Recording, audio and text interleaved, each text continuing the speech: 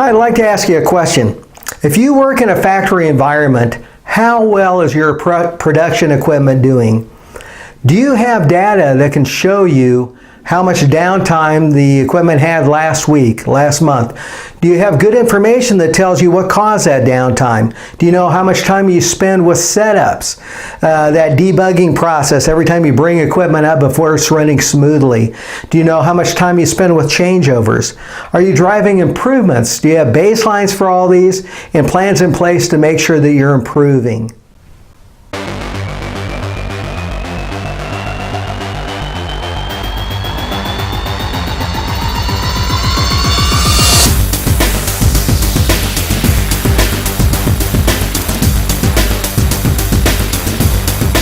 Hi, Brian McCorder here with Black Belt Lean Thinking, and I want to talk to you about a metrics called OEE, Overall Equipment Effectiveness. OEE has gained a lot of popularity over the last several years, and with good reason. It is a strong metrics for helping to drive improvement with any type of equipment. It doesn't matter what type of equipment it is, because all equipment tends to deal with the same characteristics, and OEE is a way to measure those characteristics and really give even good diagnostics for the mechanic or for the maintenance team to show where they need to focus attention and effort. Again, it's very important that we have a very good understanding of what's going on with our equipment. We are all performance driven, and if we have a baseline, we know where we're at, and we have goals of what we think the equipment can do. Say we have a lot of downtime now and we know what it is and what's causing it and have some plans in place to improve it, it motivates us. There are very few production mechanics that get excited about downtime, shrinkage, and problems that they have to deal with day to day. Most production mechanics, or anyone in a factory environment or any work environment for that matter, want to perform well. We all have goals, we all have performance goals, and we want to meet those. Again, not meeting them usually means for a bad day. We want to take pride in what we do and how we do it. And OEE is a measurement that really helps with that. I love the levels of information that OEE kind of brings to the table. If you're a stakeholder for a manufacturing company and you want to know how they're doing with their equipment, all you have to do is ask for their OEE score. Hopefully they're tracking it, but this will tell you how good they're doing with equipment. Now, as a stakeholder, it really helps, but for a mechanic or someone that works on the equipment, it tells them where they need to focus effort. It tells them one of 6 major losses that they need to focus on. It gives them 3 characteristics that are universal to almost all equipment. So again, what it does is it shines a light on our effort and helps us to really show where to focus our attention. What we're going to do is we're going to go to my desktop and I'm going to walk you through some PowerPoints that give you an overview of what OEE is. Again, it stands for Overall Equipment Effectiveness. And even after watching this video and going through the information, what I would suggest is you even Google it and look at other information that's out there. A website that works with mobile data called Nectar Data has a real good blog on their website, really walking through OEE. And again, you can go to LinkedIn and find lots of information on this. But if you're not calculating OEE in a manufacturing environment especially, then you're really missing a lot of opportunity. We need to know where we're at in terms of a baseline for all aspects of equipment. And we need a roadmap, a blueprint to guide us on driving improvement. And OEE will help provide that. So let's go to my desktop and we'll check it out. Okay, welcome to my desktop. What can you accomplish with OEE?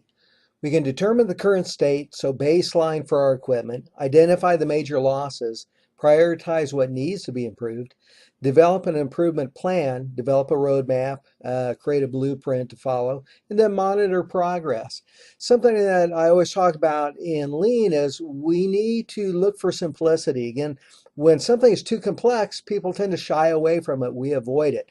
We need confidence in what we're doing, and this is one of the great things about OEE, is it creates a framework to really develop a really good roadmap on how to improve our equipment.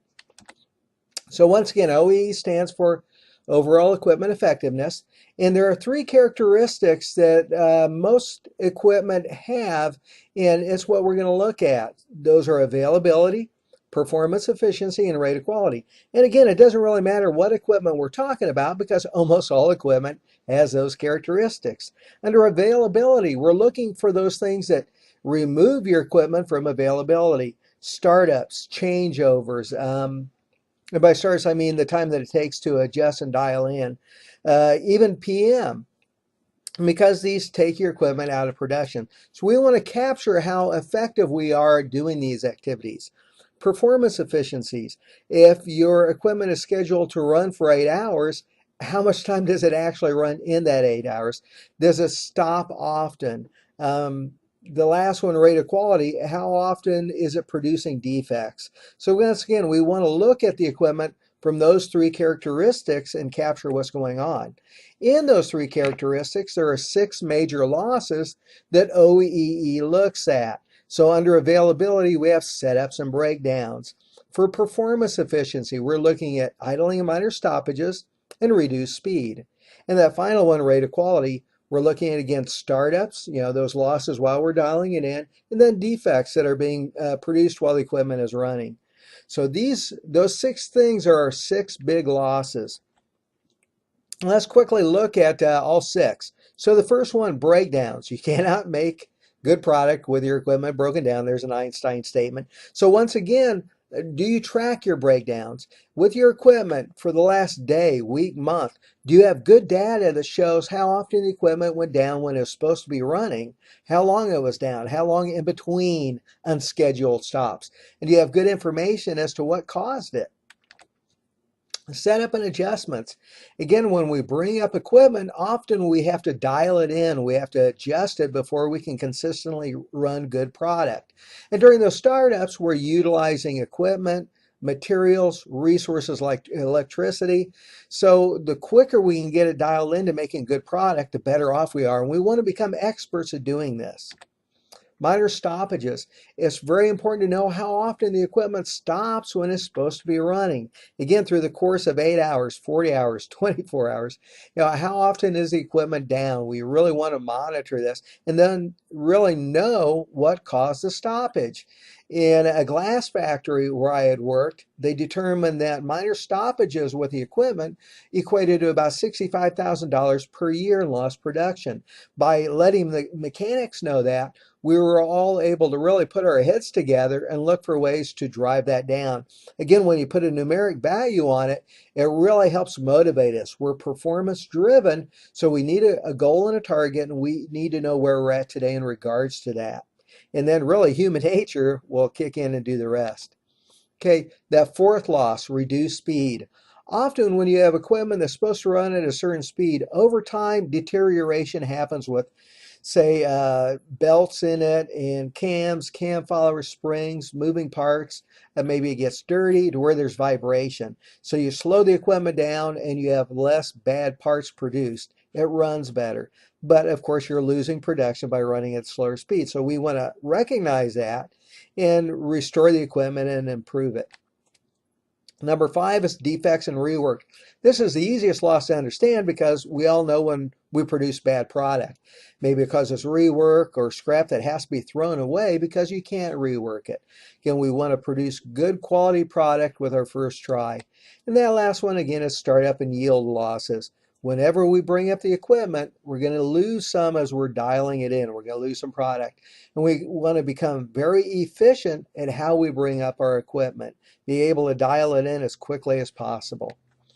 When it comes to those 6 major losses, there are targets and goals. And again, this gives us some simplicity in the complexity of looking at overall losses with equipment. So we can look at it from the standpoint of breakdowns, setups and adjustment, reduced speed, minor stoppages, defects, rework, and startup losses. And the targets for those is as you see there on the PowerPoint. We want 0 losses connected with breakdowns, reduced speed, minor stoppages, and defects.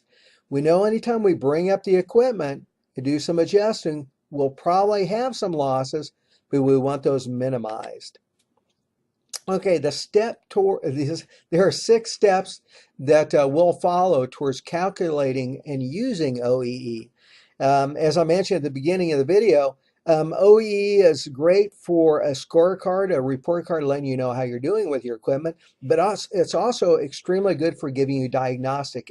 It tells the mechanics and the people that run the equipment what they need to do to drive improvement. So the first thing we're going to do is we're going to collect data. So we'll collect the OEE data, and then we'll use analytic tools to turn that data into information. Based on the information, we'll prioritize our efforts. We want to go after those big losses first. We want to make the most of our resources and get the most bang for our TPM, or our total productive maintenance buck, so to speak. We want to find the root cause of our losses and make sure we're not just using band-aids. Let's get down to the root cause of what's causing downtimes and scraps and these things, and then go after them. Once we have this, and we can implement our improvements, and we can monitor it to find out if they're actually if we did indeed find the root cause. And then we can put countermeasures in place if we start to lose ground. Typically, when people are running equipment, they run into problems. That 80-20 rule is there. You have those heavy hitters that are, repeat offenders when it comes to causing problems with equipment. So you want standard practices in place to get us back on track quickly. Okay, so let's take a look at how we analyze all the data that we've collected. What we keep doing is narrowing our scope and looking a little bit deeper at what's going on with our equipment. So we've got those 6 steps. We're going to collect the data, analyze it, prioritize our improvements, find the root cause, implement our countermeasures, and then study it over time and verify that we actually did find the root cause and we're driving some sustainable improvements. So on this slide, you see all the different tools that we'd use. You want a OEE observation form, worksheet. Some of these you can download from my Black Belt Lean Thinking website, and you can also find other templates on the internet just from using Google. Excel, we've used Excel. I've used Excel a lot in helping with this. Analyze major losses, so just charting them. Pareto for analysis. And again, here's where once you've got good information, again, you would use your Lean Six Sigma and whatever analysis tool really fits for the type of data you're looking at. Then put your improvement plan in place.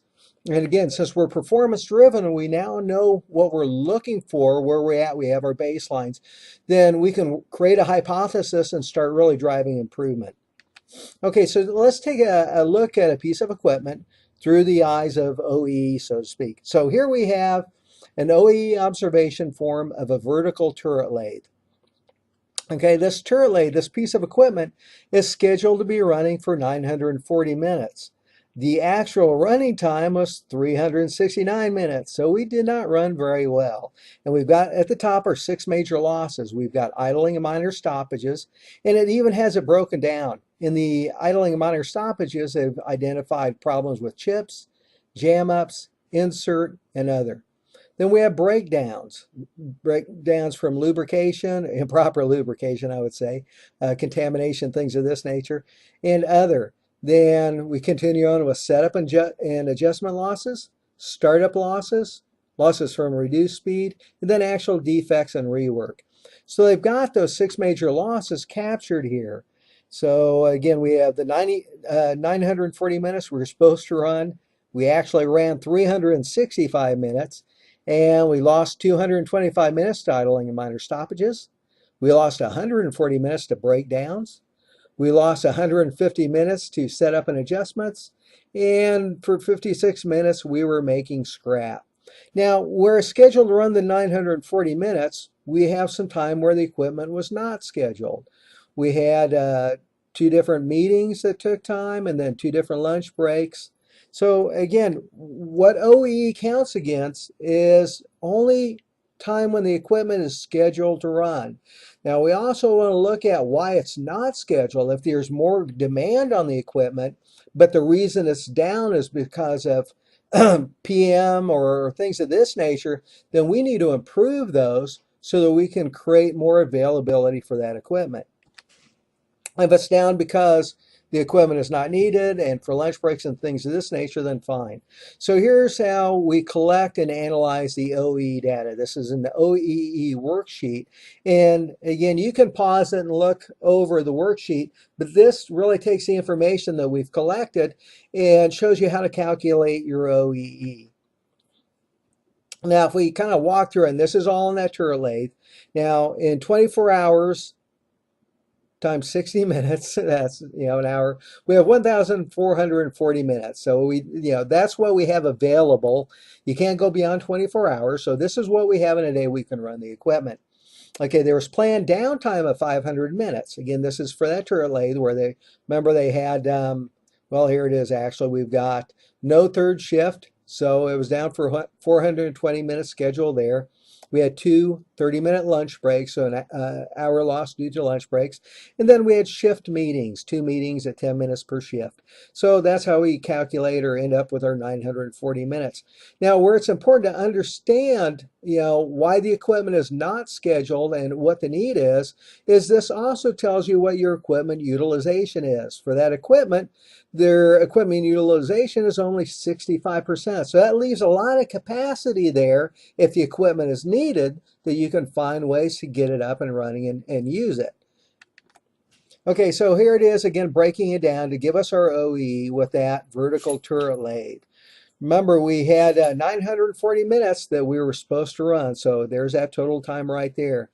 We want to add up all the time that was lost. Remember, we lost 150 minutes from setups, 140 from breakdowns, 220 from idling and minor stoppages, and for 56 minutes, we were making bad product.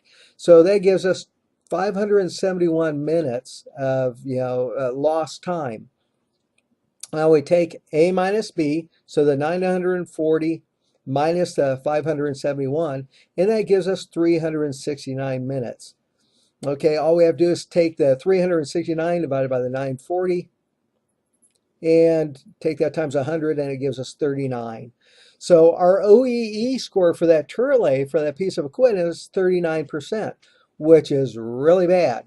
Not uncommon actually for some equipment I've seen in some places, but definitely not where we want to be. Okay, if we take that and we look at it from a pie chart, we see the amount of time that's actually running, 39%. And we see our biggest losses is actually from the breakdowns here. Or excuse me, it's from the idling and minor stoppages. Idling and minor stoppages makes up 24%. The breakdowns is the 15%, setups is the 16%, and then defects and rework. So lost capacity of 61%.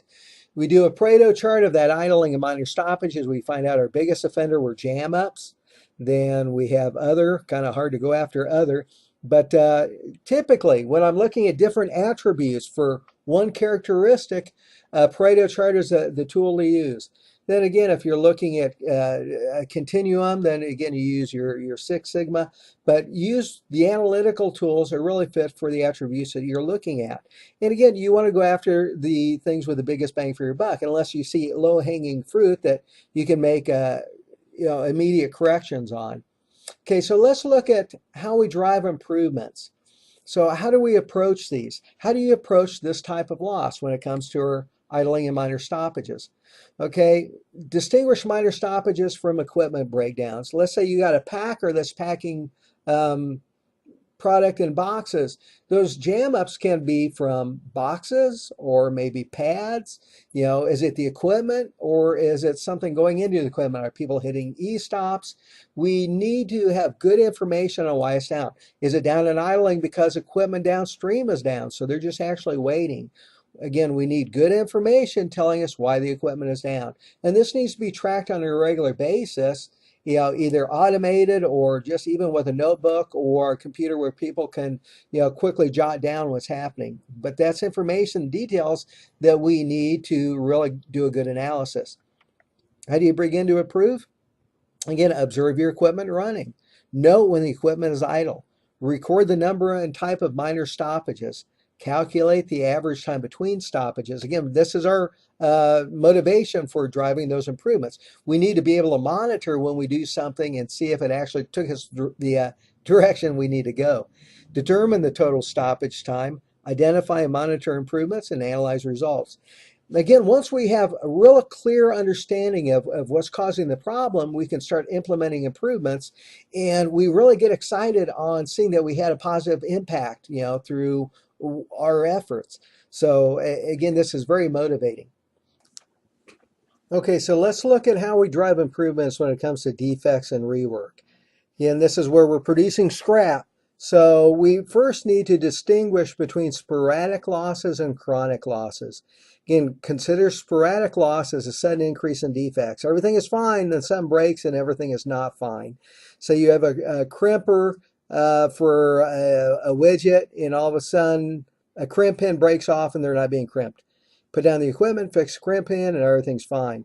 For chronic losses, these are more along the line usually of minor defects that people get used to. Someone sees a small problem that kind of comes and goes, and they go, yeah, with that equipment, we just always have that problem. And it can become normalized with time. So chronic can be a real bad thing to be dealing with. Okay, for either one, for improving sporadic or chronic, first you want to really restore the equipment to its original condition, like replacing the crimp pins. Okay, for chronic or sporadic, where you're dealing with losses, you want to make sure that the equipment is properly lubricated, that there's no excessive wear from parts.